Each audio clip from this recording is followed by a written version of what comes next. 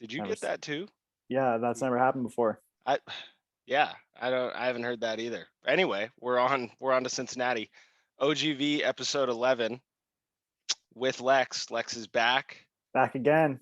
We are also about to see each other three-dimensionally, not Yeah. two-dimensionally. Yep. No, So how are you feeling? We're shooting the vlog, hole-in-one challenge at Mountain Shadows Resort.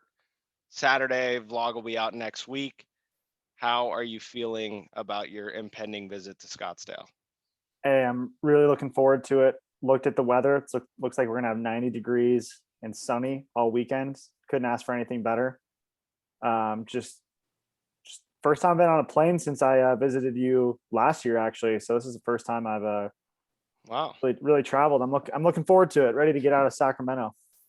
Yeah, I'm looking forward to it too. I mean, Vegas held the early lines, was Lex minus 450, I think. Curious to hear your thoughts. Do you think that's too generous to me, or do you think that's pretty fair? Or do you think I'm, a favorable bet there, like, in terms of value that Yeah, people would want to bet on? it's tough to say. Can you give me like a number? So first of all, are we playing match or are we playing stroke? We're playing hole in one. So you're giving me a plus 450 that I hit a hole in one? No. That just I win. So okay. So if one of us hits a hole in one, the match is over. Correct. It's done. Finito. Who cares about the score at that point? Who cares about the score? It's done. We already said it. We're walking off the course, which that could pose to be a problem if one of us hits a hole in one on like hole one. Then we have no vlog. I don't know what we're gonna do. We would just vlog us going to the bars or something. Should we just like pretend that we didn't hit that hole in one and then just clip that at the end or something? Yeah, that could be that. Honestly, we probably would have to do something like that. No, that'd Like be say it was hole 18, somehow no. frame it. If we hit a hole in one on hole one, we're for sure just going straight to the bar and we'll just video ourselves in the course the next day or something. I don't know.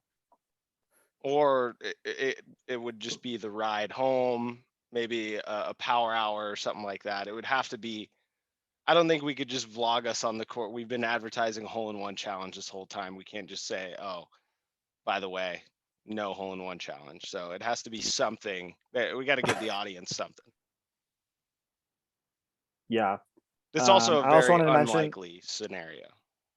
yeah, I would say the odds are pretty low on that one. Couldn't even give you a number. I also wanted to mention I talked to my mom the other day. Hmm. She's been listening to us pretty religiously, and she really doesn't like the idea of us taking a mulligan. She thinks that any hole in one hit after a mulligan is just going to diminish the accomplishment. She thinks we should not be doing that. What's your take? Your mom is a lovely lady. I respectfully disagree because there has to be some sort of caveat to it. So we're not just going to be taking mulligans left and right. Otherwise, we would be demolished. Right. I don't know if my mom understands, how many shotguns you can have in a short amount of time.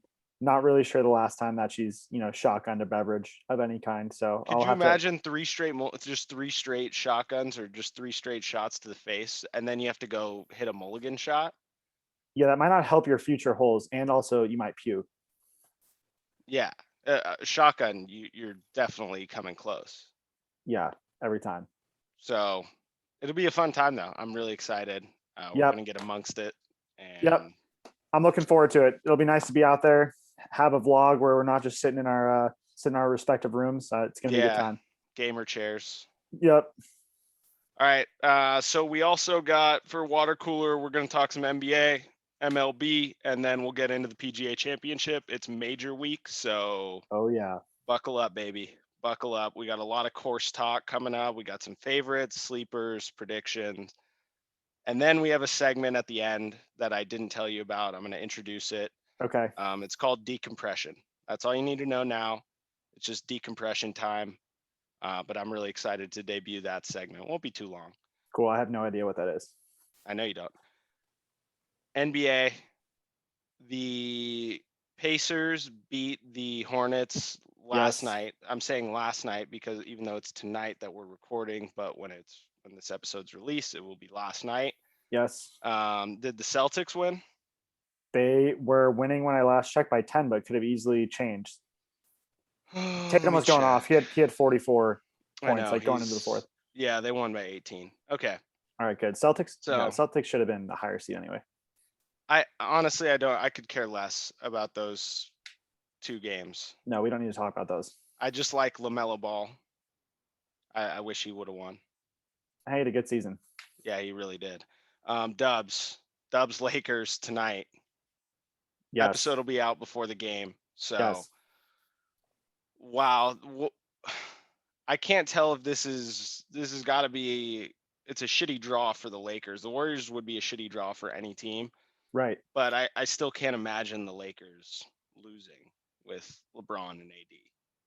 Yeah, I'm kind of like, if you're the Lakers, you don't want to be playing the Warriors because Steph Curry's been the hottest man on the planet for like 2 months now. If there's one guy in the NBA that can beat you, it's Steph Curry, plain and simple.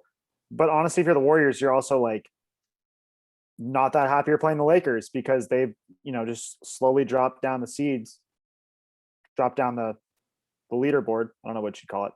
The Pantheon. Yeah, the Pantheon. But they haven't had AD and LeBron playing together in months as well. And all of a sudden, all the pieces are coming together. Like, I wouldn't want to be playing the Lakers with AD and LeBron. So I don't know. I saw the Lakers are 5-point favorites. I'm not surprised by that, but we'll see how it goes. Yeah. There was just so many times throughout the season. The Warriors don't have Wiggins played well down the stretch. Wiseman's not going to be back, I'm assuming. No. They're better without him anyway. But the Warriors don't have a guy that can consistently put the ball in the hoop. So if Steph has an off game, they're just completely fucked. I gotta imagine you're treating this like a game 7 and you're not going to let Steph Curry beat you, right? So they're going to be throwing everything at Steph Curry. Some other guys are gonna have to step up to give him some space so that he can actually get some shots up. Otherwise, I think if the rest of the team is not playing, he's just going to be locked up in double teams and triple teams all day. Yeah, he's been locked up, or he's been double teamed and triple teamed the whole season, but the playoffs is like completely different animal. Yeah. What else do I have to say about that? Also, while you're thinking of finding your train of thought, yeah, I saw this thing on Reddit a while back, and I'm thinking they could catch the Lakers off guard. So I forget who originally posted it, but it was retweeted a few times. Excuse me. And it suggested that the Warriors, I don't know if this is illegal or not, but the Warriors form kind of like a human force field, and they're really long. So they have, guys that are 6'7", 6'9", 6'8", Oubre, they got Wiggins, big wingspan. right. And they form kind of a wall, if you will, maybe a ring around Steph, and just get him the ball and kind of use it as a force field for Steph to just get buckets. I mean, if you just have Steph Curry shooting at a 42% clip from 3-point lane and he gets up enough shots, I mean, theoretically that should work, right? Yeah, he just take every shot. Just takes when every he's shot not in the game. And he's in the game. You have to stick by that. Yeah, maybe play the whole game. He might have to play the whole game if they're going to win. But when he's out, they make a force field around Draymond Green to shoot 10% from the 3-point line. Shoot from the elbow. But I think they could really be a threat to the Suns. I don't think the Suns are. I really like Chris Paul. I done like a complete 180 on him, but I don't think that the Suns are a huge threat. I don't know. I mean, there's obviously 6 higher seeds, but if I had to pick a team not to play, I'd probably pick the Lakers because, again, healthy LeBron, healthy Davis. It's going to come down to probably Curry. It's going to come down to Wiggins being able to defend Davis, who I think this year LeBron has just destroyed Wiggins. Sorry, Wiggins guarding LeBron. LeBron has just destroyed Wiggins. Shocker. And if the Warriors want to play their small lineup, they're going to have Draymond Green at center, and then they either start. They're going to start Anthony Davis or Andre Drummond, right? Like, you're not really. Well, Draymond could guard AD when the Warriors were the Warriors because they had Clay, they had KD, to lock up the other guys. So Draymond could hang with, AD. He could switch around. He was always switching around. So he would go on AD for a possession or two. But then, he's not going to be able to guard him the whole game. It's Anthony Davis. They're also just going to get eaten alive on the boards. I feel like if they start, Drummond, Davis, LeBron, like they're just going to have a huge lineup. So I don't. You mean you don't like Looney? Dude, I don't even factor in Looney to any of my Warriors decisions. Huh. Guy's dead to me. Interesting. But yeah, I don't know. It'll be interesting. Deciding the starting lineups will be telling on what each team's strategy is. But that's basically all I got on the Warriors. Yeah, and honestly, I'll watch the NBA playoffs. Do my due diligence, but I'm MLB golf guy. Hey, same here. I know a lot more about I'm just it. here. I'm just enjoying it. I'm along for the ride. I feel that. Baseball. We got two topics. Number one, Yerman Mercedes. I don't know. Did you catch that? What happened last night? Or Yeah, 2 nights ago, I guess. Yeah, I did, and I've been following up with all the tweets and everyone's opinion on it today. It's pretty interesting to hear everyone's take. What are you? I'm curious. So for the listeners out there and viewers, Yerman Mercedes. It was, what was it? 13-4, 14-4, something 15. Yeah. It was some fucking absurd blowout. And the Twins brought in a position player to pitch, and it was 3-0 count. La Tortuga. And he threw a 49 mile an hour pitch. It was as if Pablo Sanchez was just like feasting off some scrub from backyard baseball, like the last pick that you would put out there in backyard baseball. He waited on it for 5 minutes and then just unleashed a mammoth nuke. It was actually very funny. It was extremely funny because he waited on it for what seemed 5 minutes and then came out of his fucking shoes to hit a very far home run. If you've played like Little League baseball, you know what it's like to face a fast pitcher and then for that other team to bring in like a really slow throwing pitcher and how hard it is to hit that pitcher. Like, I'm pretty impressed that he hit a 49 mile an hour fastball out over the 411 sign in left center. Like, I'm just straight up impressed with that. I'm not. Really? Dude, that was like a slow pitch softball. He was still have to bang that thing 420 feet to get it out of there. Yeah, have you seen him? He's fucking huge. I stand by that. I'm impressed by that. I see guys just fly out all the time. These position players just come in and guys just fly out. Like, they just can't. Yeah, I think that this position player, La Tortuga, is not a good position player pitcher. I think there are certain position players that can actually, like Jake Cronenworth, when he got on the mound this year, he was like 87, 89. So I don't know. There are some guys out there that are like that. Yeah, there's a few. That'd be a fun segment to rank the best pitchers that are position players. That'd be a good time. That is not the important point. Do you think that was Bush League though? No, I don't think it's Bush League at all. I don't know. I have so many reasons for this, but basically the only reason I can think it's a little Bush is that it's a 3-0 count in a 15-4 ball game. Actually, not even the 15-4 ball game, just 3-0 count and the other team, and you're just up by a bunch. But when you look at player stats at the end of the season, do you think like the team statisticians and other people give a shit if your home runs were hit, when you were up by a lot or down by a lot? They're just looking at your stats, and then your like salary is based off of that. Like, that means so much. Like, a couple home runs, who cares when they're hit, could mean so much, especially for a guy like Mercedes, who's 28 in his rookie year. Like, why would you not try to do your best every single at bat? I don't know. That's my take on it. When there's literally money and career on the line, that's what it feels like to me. Yeah, I mean, that's a really good point.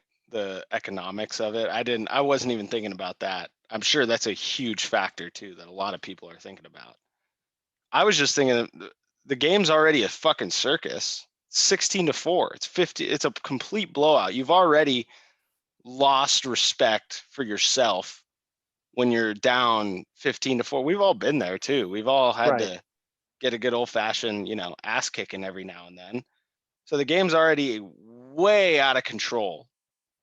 And you bring in a position player that's throwing 40 miles per hour. What are you talking about? That's Bush League. Right. To bring in someone that's throwing 40. Yeah, I completely agree. I can see it being Bush League if it's like, you're playing they still have a real pitcher out there, you hit a home run and then you just pimp the shit out of it and you're up 10 runs. But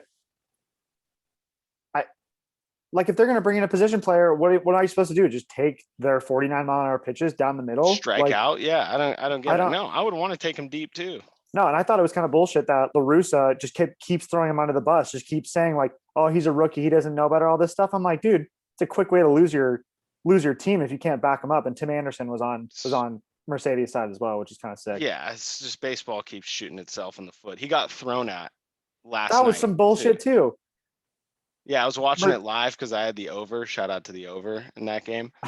But yeah, he got thrown in a 4-2 game also. And then the Twins tied it 4-4. Could you imagine if Mercedes came around to score if he actually hit him Dude, that would have been so stupid. I and was they like, lost by 1?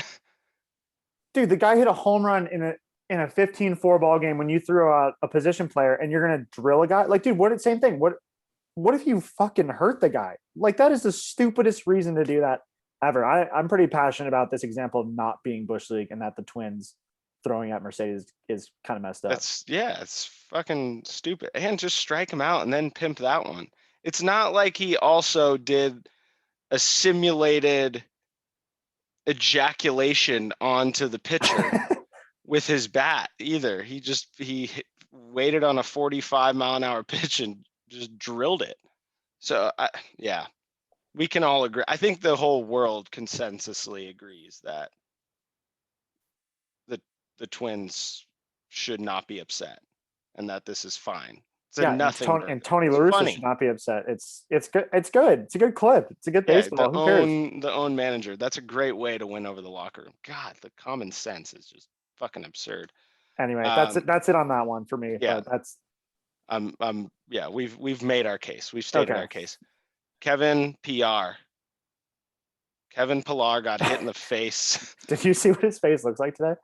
Yeah, it looked like he got this shit. It's weird because when you bruise on your body, it does spread a little bit.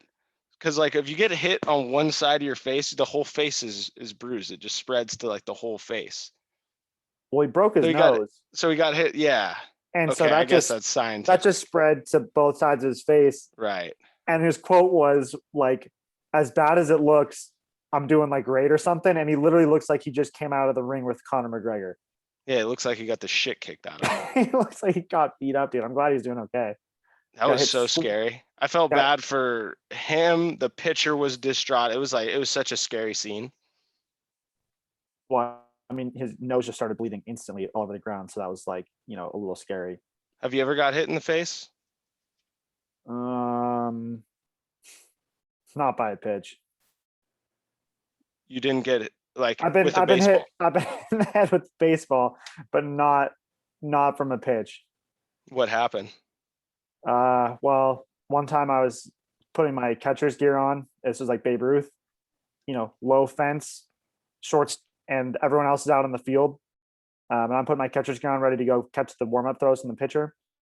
And my shortstop just airmails one of the first basemen and just drills me in the head while I'm sitting in the dugout putting my catcher's gear on. So that one sucked. Wow. Yeah. Did you have to come out of the game? Yeah, my mom had to come pick me up and take me to the hospital. I'd had a concussion. Oh man. Yeah. You went into the protocol. Yeah, so I had to sleep with the lights on. That's I don't know why. Did they give you the full Mike Leach treatment where they like locked you in a dark room? Yeah, I think my dad like came in to check on me like a few times throughout the night to make sure I was doing fine. But man, that's scary, bro. So that's not as cool as getting hit in the face by a pitch. Anyway, what about you? You've been hit in the face by a pitch? Not by a pitch. I have been hit in the face. I've also gotten drilled just several times. My last year at Davis, I don't know if you remember this. I got hit 2 straight weekends in the same spot, not in the face, but just fucking drilled twice. It was Fullerton. I got hit like, I want to say it was like in the side. And then the next weekend we went to Creighton in Omaha and I got drilled in the same exact spot. They had to check me for internal bleeding mid-inning. It's crazy that I don't know that happened because you must have come back out and pitched the next innings. Yeah, I pitched. I stayed in the game, but it still hurt like a motherfucker, and it lasted. The pain lasted for a little while. Yeah, it's probably just in the outfield. Happy we got those outs. Sorry about that. Clearly you were locked into the games. Yeah. They're locked into the game. That's it. Not my fellow teammates. I have been hit in the face too once, and I had to wear like sunglasses for a week at school. Felt like a fucking idiot. Yeah, it's But crazy shout how it out to does him. none of that. Yeah, crazy how none of that makes you feel cool. So Yeah, shout out to Pilar. He looks like a fucking badass. It's great for baseball. Great for us former baseball players. Makes us look, we were tough. Good for the game. yeah, Not good. Not good that he got hurt. It's a good. That's let me backtrack that one. it's good. The It's guys are not getting good that he drilled in the got face. hurt. It's great for the baseball reputation to know that we're tough guys. We battle injuries here. I hope guys do realize, The like, man, badass. if you like that can happen if you throw at guys and you fuck up, like you can seriously, hurt someone. I'm not a huge fan of Yeah. guys throwing at guys, but it's just just something that I hope people realize, man. It would Dude, really I totally get when hitters get too, by the fucking nostrils and they look at the pitcher. What the fuck, dude? Figure it out. Throw strikes. Yeah, no, I'm completely with you. He looks, that could have been a lot worse than it was. Yeah. All right. Let's get to the good stuff. Let's go. PGA, or first of all, shout out KH Lee. Played his ass off at the Byron Nelson. I did not like the conditions on Sunday. It kind of sucked, but he actually, everyone had to play it, so you can't really make that excuse. I thought Sam Burns was going to win, but KH Lee came out on top, so shout out to him getting his first dub. He's been playing well this year too. Any Did you hear his thoughts? quote to the reporter after the round? I did not. They asked him like what his goals are, and he's like, well, I have two goals, and one is to become the number one golfer in the world, which he's one step closer to, KH Lee, and the other one is to become the number one sexiest man in the world. And he said that, and I just started dying laughing. It's a hilarious That's an clip. all-time quote. Yeah. Wow. Did that go viral of any sort? That's an amazing quote. Not that viral. I must have saw it, like, I saw it posted one time on Twitter. Wow. I'll send it to you Good after. for him. But he's skyrocketed in my book now. Oh yeah, Absolutely skyrocketed. He's hilarious. Good for him, man. Good. We're officially KH Lee guys now. KH Lee, baby. I'm in. For life. Is he playing in the PGA Championship, by the way? Has to. If you don't qualify for the PGA, if you win a tournament, he's definitely from winning the tournament the weekend before. Winning a tournament. Yeah, no, you're okay. Let's get into it. PGA Championship at Kiawah Island Resort in South Carolina. Kiawah Island, it sounds like it's in Hawaii, but it's not in Hawaii. It is in the Outer Banks. Far away from Hawaii as it could possibly be. Extremely, extremely far flight to Hawaii. Did you ever watch Outer Banks, by the way? No, I'm really not that familiar, besides maybe just like the general vibe of the show. I know nothing about it. You should check it out. I'm thinking about assigning you homework. I need to be assigned homework besides what's probably just on the a show to watch. Yeah. Would you do that? Possibly. It depends on the show. I mean, so far you've like wanted me to watch Godzilla vs. King Kong, and what was the other one? Mortal Kombat. Like Mortal Kombat. Like those are movies. That's like maybe 1 for 2. That sounds like it might be okay. Which you even said the Godzilla one wasn't that good. So no, Godzilla was really good. Mortal Kombat was ass. So yeah, I don't know if I trust your opinion, but hey, if you sign me homework, I'll try to get some of it done. Okay. Outer Banks takes place around, I actually don't know. I just know it's South Carolina. But this course, I've been looking up this course. I've researched this course for a few days now. It's supposed to be a beast. And on the fucking ticker of my app, it says 7,800 yards. That's absurd. Yeah, it's the longest most yardage of any major in history. There's no way they could play. So once I saw that, I messaged the sleaze. I said, what do we got here? 7,800 is so fucking absurd. And he said, there's no way they play at 7,800 because you would have 6-hour rounds. The wind also blows at this course. It's right on the ocean. Right. So you're going to get downwind, but you'll also get some terrible headwind coming at you. I saw 2 things. John Rahm was playing with Jason Day. So Jason Day had to pull a head cover every second shot on any par 4 and par 5 all day, which means that he's taking out hybrid or wood on his second shot every day or on every shot. And I also saw that they were talking about the wind, and you cannot predict it at all. You have no idea which way the wind's going to be blowing on any given day. There's no like jet stream. It's just whatever way it's Yeah, going. it's an ocean. So It you is could right on the practice ocean. all week, and then it's just like blowing the other way. I don't know. That's dude, playing golf in the wind is already brutal, let alone playing freaking 7,800. Wind is probably my least favorite type of weather. Oh, 100%. You can't do anything in the wind. It's so annoying. Biking in the wind, remember that? That was I wouldn't go to class. I didn't go to class that much anyway, but like I was sweating by the time I got to class. Dude, it was like playing in the outfield at Davis. Might as well not even playing in a little league field one day. Yeah, and then the 200 feet. And then the next day you're playing in 500-foot fences, and it's just a little league. I mean, it's only. Yeah, so what we're saying is Kiawah Island is the Dobbin Stadium at UC. Yeah, it's Dobbin Stadium. God Except damn. it's really, really nice. So it's hosted a Ryder Cup, but it's not going to, and it's also hosted a PGA Championship that Rory has won. 2012. Yep. So, but it's not going to play anything like that, is what I'm hearing. I just when I see 7,800 yards, I'm like, okay, DeChambeau, Rahm, DJ, these guys that hit the ball a mile, Finau even, I'll throw him in there. Right. But also when you hear, oh, the wind, it's got to be good iron players. Like, I don't know what the fuck to think now, because it could just turn into a scramble fest, and then, it's going to be the best chippers in the world. Yeah. I do not know what type of player is going to win this one either. Same thing. I thought DeChambeau, I'm like, if there's someone's going to tackle 7,800, it's DeChambeau. But I mean, you've probably played enough golf in the wind to know that if you hit a bad shot in the wind, it just amplifies it by like 5 times as bad.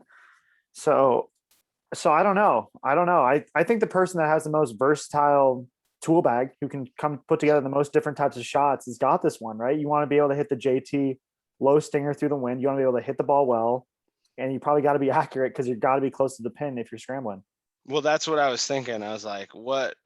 My brain was churning, and I was thinking, oh yeah, daddy. And I was, I was thinking, what do I think when the wind is blowing hard? Hit it low, baby. So the best stinger players in the world, I feel like, would win this tournament. Who hits the best stingers? Should we put our money on Gary Woodland? I think it has to. Yeah, honestly, he's one of my picks.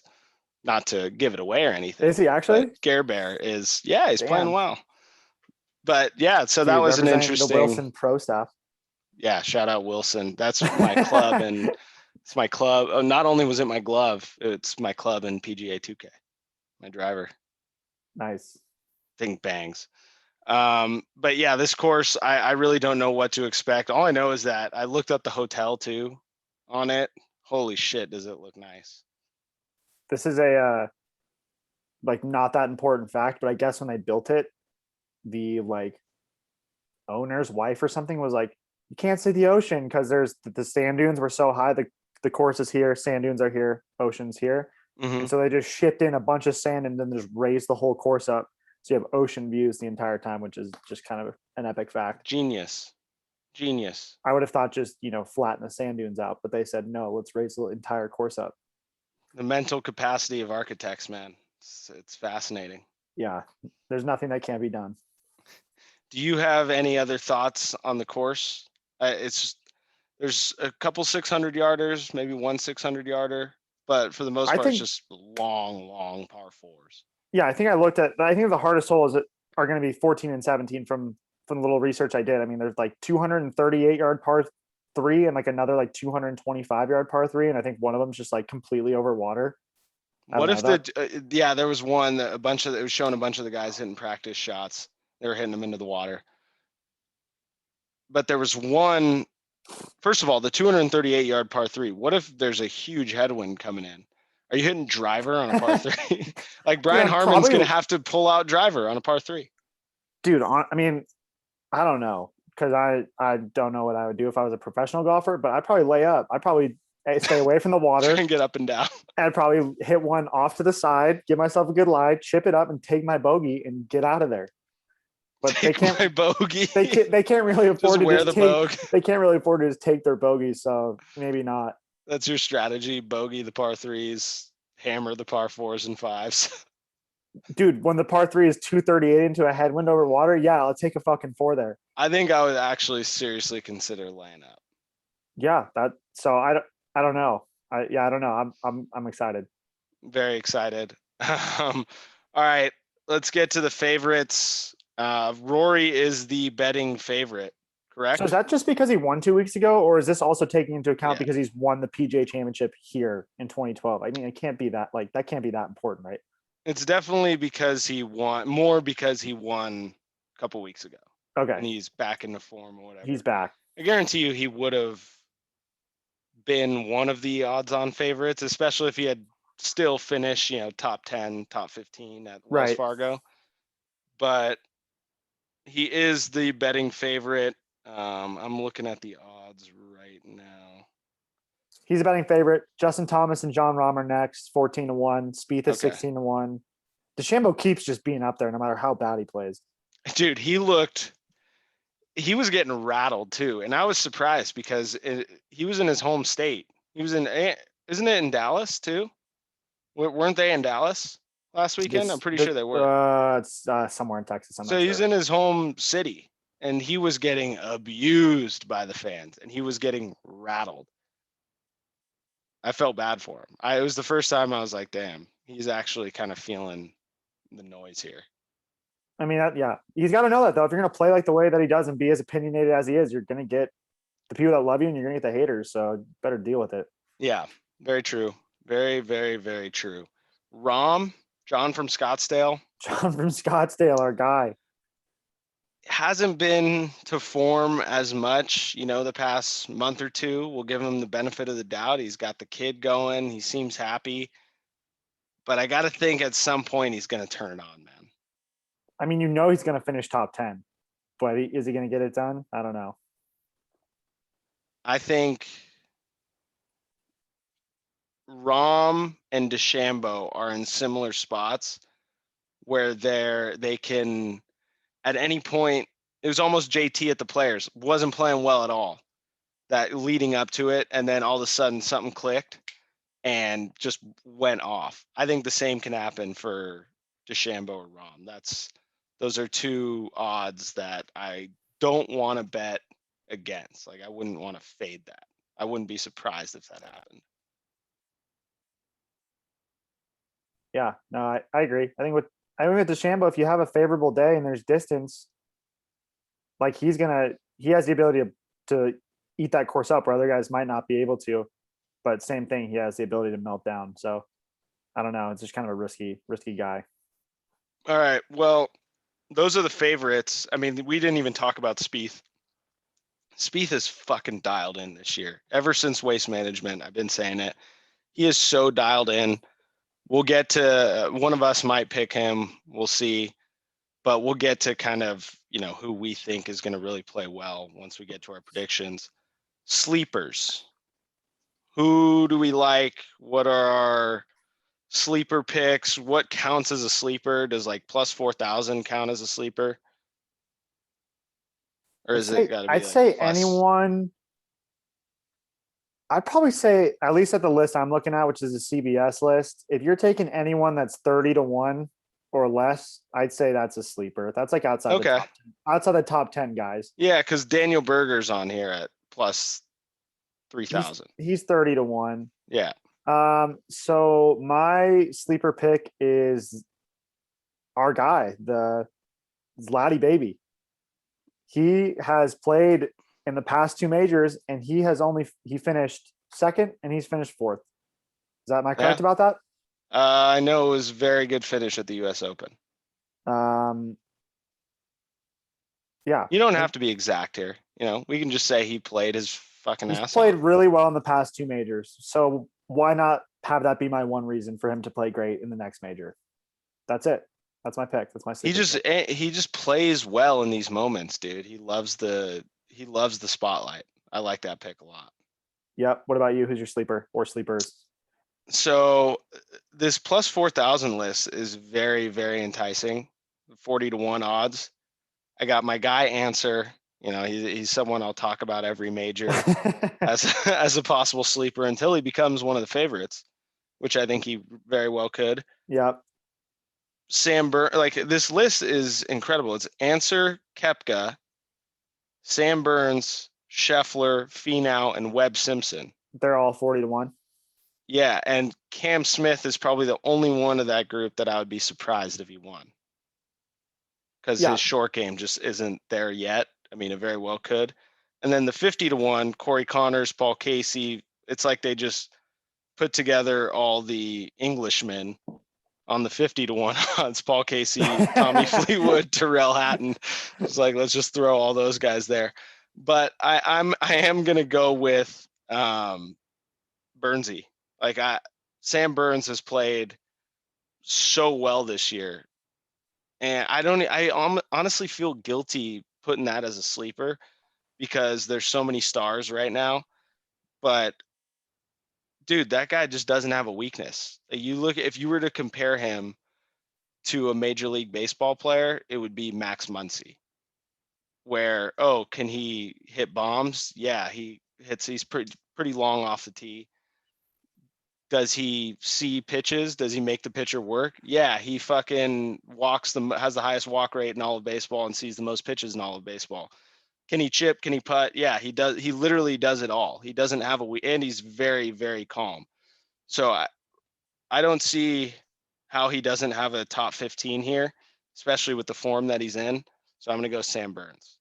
Are you saying that Max Muncy is like the most complete baseball player in the major leagues?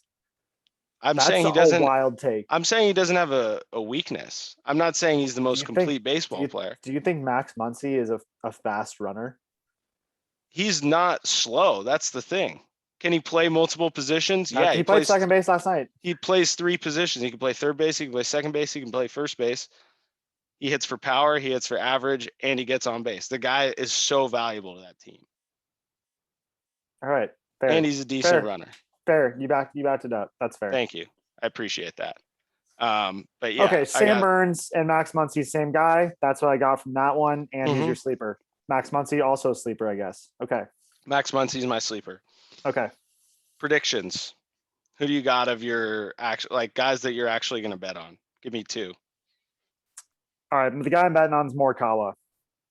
Morikawa, from what I'm seeing and what I'm learning about him, watching, is that he's been putting together one of the best seasons of all time in terms of the short game. He's negative on putting. I think they say he's negative in strokes gained just around the green, just like in any sort of short game around the green. So basically, if he can just put some shots together, he can easily win this thing with the way that he's putting, the way that he's chipping, the way he's playing around the green. So that's kind of like the same way you could always take DeChambeau because he's going to hit the shit out of the ball, or he has the potential to. Mm-hmm. Same reason I'm taking from Morikawa, just on the other side of the ball. If he can just put together some good balls out the tee and strike the ball well all weekend, he could easily win this thing. Where's he been the last month? Has he not played? I just missed him. I'm not sure. I know he played the Masters, but I swear, I haven't seen him at all since then. I don't think he's played. Well, go ahead. That's my pick. That's my number 1 pick. Are you looking it up right now? I'm looking up some stuff on what he's done recently. Oh, he played in the RBC. I think that could have been the RBC, and he played in the team event with Wolf. What was that one? The Zurich in New Orleans. Okay. Yeah. So he played that one, and Wolf just completely meltdown. Wolf went full meltdown, and Morikawa had to console him in his press conference. Pretty much give him some rah-rah speech. But my prediction, I'm going to go Jordan from Dallas.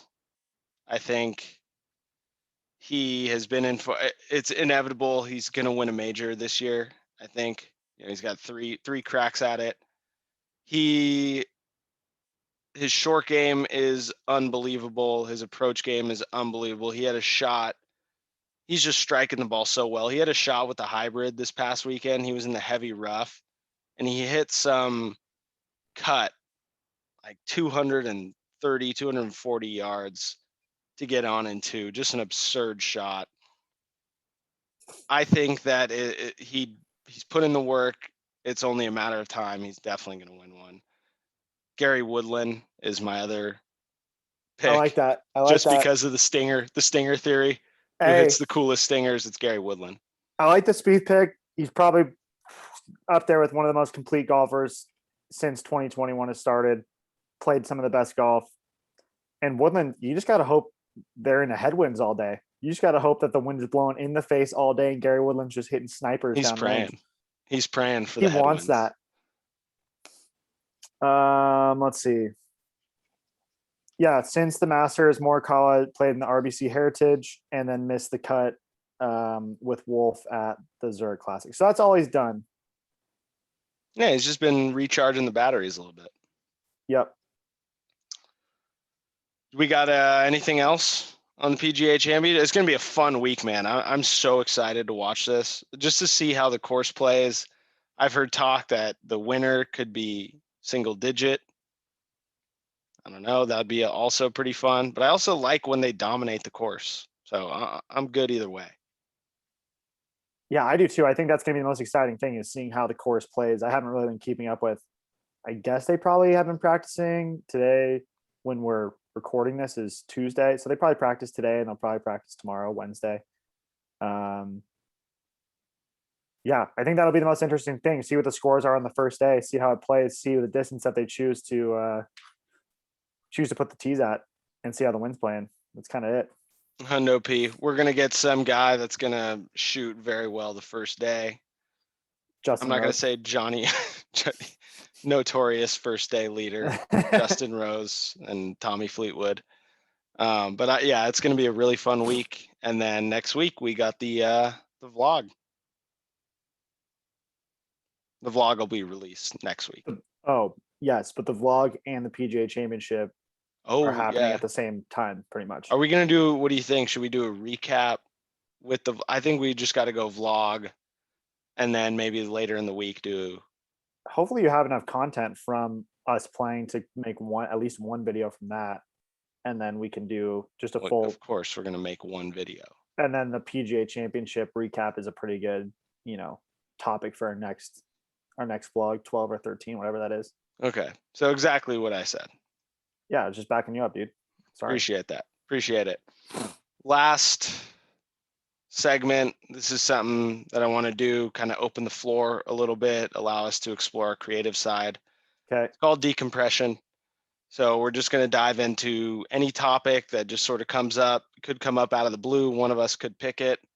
You shoot me a text before, hey, decompression, I want to talk about this. I picked the topic for today. It's going to be a short, 5-minute sesh. Did you see the video of the orca playing out the dolphin? Yeah, I did. Oh, I'm glad I've seen that. Oh, so I'm not... my God. We'll show it to can we show, is that legal? Yeah. Whatever. Can you not just share your screen?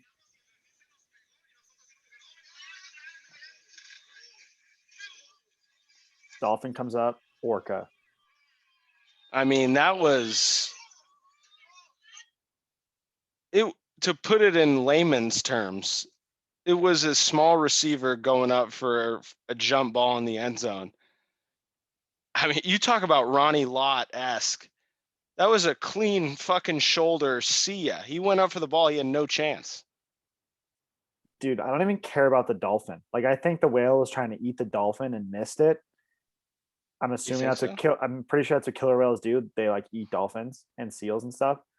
And but I thought they were friends. No, I think killer whales, they eat big water animals. Whoa, so they eat they're apex predator? Yeah, I think killer whales eat sharks. That might be aggressive, but I know they eat seals. Who wins in a fight between a great white and an orca? Orca. Wow. Orcas are huge. The way that thing just moved in slow motion, that would be I'm gonna guess that a killer whale probably weighs the same amount as I don't know, one piece of U-Haul a truck? one piece of a train or a bus or something, and just imagine One like just piece. a ginormous city bus just coming out of the water and then just landing gracefully. Like, Dude, that's man, the other the thing. sheer power of that. That landing was so graceful. He just kind of plopped on into the water as if it was As he if it was was a so dolphin. it was normal. That was like the most unbelievable part. They just went, and it's huge. It's huge. Gigantic. I'm gonna look up. Gigantic. I'm gonna look up how much a killer whale was. How He much? got that was a clean hit too. It wasn't helmet to helmet or anything. It was straight shoulder. The dolphin just had no chance. Can Oh, dolphins get concussed? I mean, they say dolphins are like the most like similar to humans, right? So I'm sure the dolphin got concussed. They're just rolling the Imagine dolphin out on the stretcher. like I He's giving said, it's like the getting fin up. the The dolphin's giving the fin. Everyone's like clapping. He's okay. He's good. So I'm seeing that a killer whale a male weighs between 8,000 to 12,000 pounds. The average city bus weighs between about 25,000 to 40,000. So that was a little bit off on my estimate. Okay. But nevertheless, imagine getting hit by, I don't know, half a bus, one of those short buses. That's probably what it felt like to get hit by that killer whale. I'm just picturing the whales in pads, the dolphins in pads, and the dolphin. That's all you're thinking about? Oh the dolphin is just motionless on the ground. Like the crowd is like. I know. What if that dolphin just started sinking? Like, what if that thing just died? I mean, that's what I'm saying. It had to have caused some sort of damage. That thing came in like a literal freight train and just knocked it the fuck out. Orcas are badass, man. I'm fascinated by orcas. I want to go to like on an Alaskan cruise and just watch the orcas just do their thing. I actually saw some orcas when I was in Alaska. It's pretty cool. So you see how big, like how close were you to them? Could you not get close? Otherwise they'll attack you. I think they like the boats have radar so they can see how far away the whales are. So they try to like maintain distance. You kind of see them come up and like shoot some water out of their blowhole. But like, yeah, we didn't see any orcas jump 30 or 20 feet out of the water and then just land gracefully back in it. Yeah, man. We know Tillamook from the movie Blackfish. Yep. Attacked a human. Are they prone to attack humans? Let's say we were just swimming in the water and there was a pod of orcas around. Would we be vulnerable as opposed to maybe a great white? That's a tough question. You're just saying if you were just in the water with an orca versus in the water with a great white? Yeah, who's more likely to attack you? I would guess probably the great white based on how the media portrays sharks. That's a stigma, yeah. But like, yeah, obviously killer whales are smart enough that if you hold them in captivity, they realize that and they want to get out and then they'll drown their captors. So like, I don't know. Maybe they're smarter, so maybe they won't eat people. I don't know. Do you think a Free Willy situation could happen in real life? At SeaWorld? No, Free Willy, dude. Not what? The whale doesn't kill the kid in Free Willy. I know, but doesn't the kid release the killer whale into the ocean? Does he? Dude, I don't know. I hope I'm not completely. I don't know that. Probably. I'm assuming that's what should happen. I don't think they just keep them captive the whole time. Dude, I don't know. I don't need this decompression to turn into Free Willy talk because I'm not well versed in Free Willy. Isn't this good though? We've gone now about probably, I don't know how long we've gone. It's been 5 minutes for sure. 5 minutes definitely, and I don't know. That'd be cool if a human could. We talk about dog whisperers all the time. I wonder if there's orca whisperers. Do we talk about dog whisperers all the time? No, I'm not me and you specifically, but I'm saying that that's an actual profession as a dog whisperer. I don't think an orca whisperer is an actual profession. Yeah, I don't. I mean, they have them at SeaWorld pretty much. I wouldn't classify them as whisperers. They're marine biologists. Okay, that's fair. But anyway, this segment's been a lot more enjoyable than I think when you've tried to do decompression, but you've just kind of made me talk about some movies that I don't want to talk about, like at the beginning of the episode. So, okay, thumbs up on decompression. All right, appreciate it.